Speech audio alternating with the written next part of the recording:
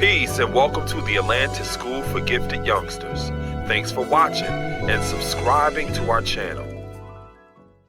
So now, in another perspective, if we are purely looking at these solar facts from the perspective of being light, or from the perspective of the sun, not sun as the original black man, but just sun from the perspective of you having light and distributing your light equally to those who are in your life. All of these planets represent relationships in terms of people who are in your life. Pluto is a person that you don't really talk to like that.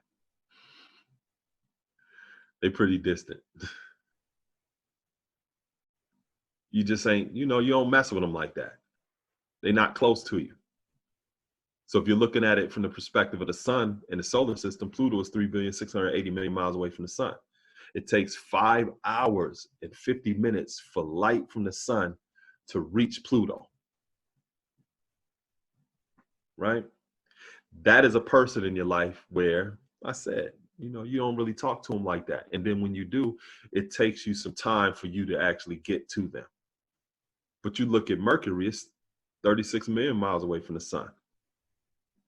And it only takes 3 minutes and 20 seconds for light to reach the surface of Mercury from the sun.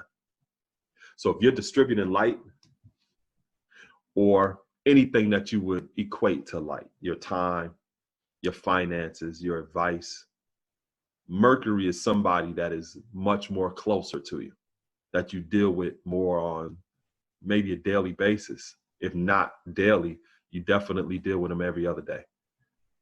This person is close to you like that.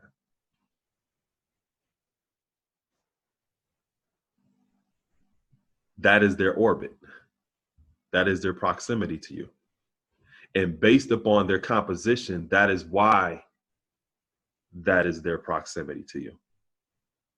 Meaning all of these planets have various different temperaments, various different compositions. They represent different archetypes, different personalities, and their orbit is based upon their proximity to you and how you define your relationship to them.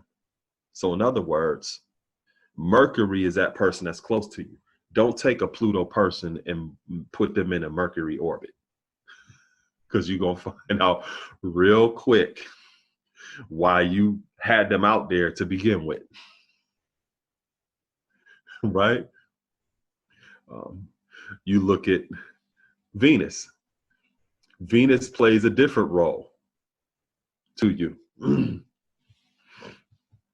Again, when you start researching, who is Venus in different societies? What did Venus represent? That kind of gives you a way to properly arrange the orbit of your relationships. But if you don't really know the different type of compositions or what someone is made of as a planet, you run the risk of putting them in a place in your life where they should not be. They should not be.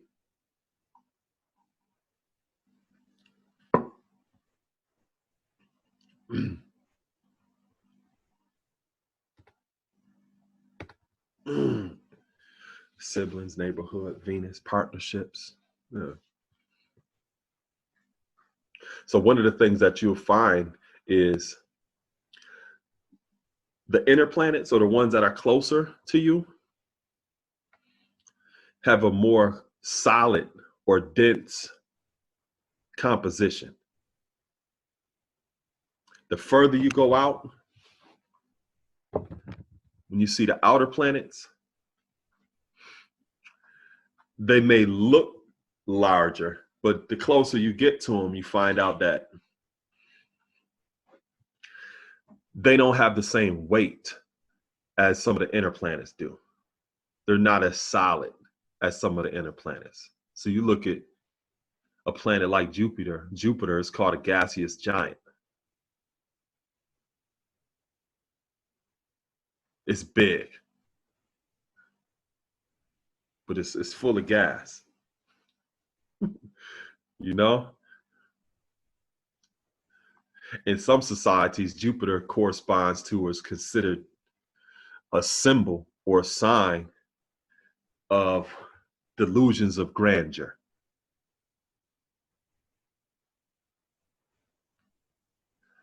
So some people that are considered signs that are ruled by Jupiter, one of the things that they may say about them is that, man, they got all of these big ass ideas and they don't really follow through on them.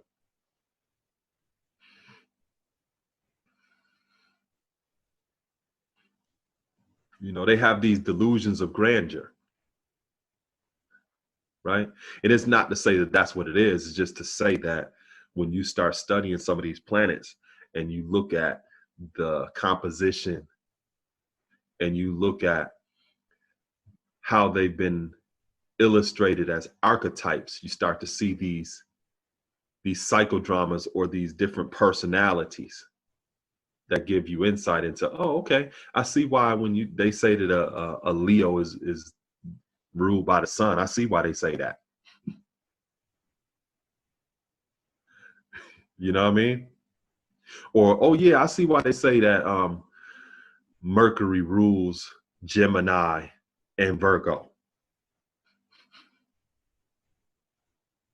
But again, these are just illustrations and they represent proclivities, tendencies, and inclinations. Right? So if you're looking at astrology simply from the vantage point of view of the earth, you may be looking just simply as yourself as that form. Meaning, solar facts have a vantage point of view of being objective. So if you're looking at these solar facts from the perspective of the sun, and you're thinking about astrology, then you recognize that all of those various different qualities, those inclinations, proclivities, and tendencies that are ascribed to being traits or characteristics of a specific planet or a specific zodiac sign, if you're looking at it from the perspective of the sun, you realize that, all of those are aspects of who you are. You're not limited or fixed to anyone. You may have certain tendencies which are more in this particular expression as opposed to that particular expression, but all of those qualities represent you. So solar facts is a way of giving you that vantage point of view of all of the planets, not only those planets in the form of personalities or persons within your life or within your system, but also those different planets, when you take it into astrology, those qualities and characteristics, these are aspects of who we all are. And based upon the situation or scenario, it may require you to express yourself in a certain way, which may not be a way that you've traditionally or customarily expressed yourself.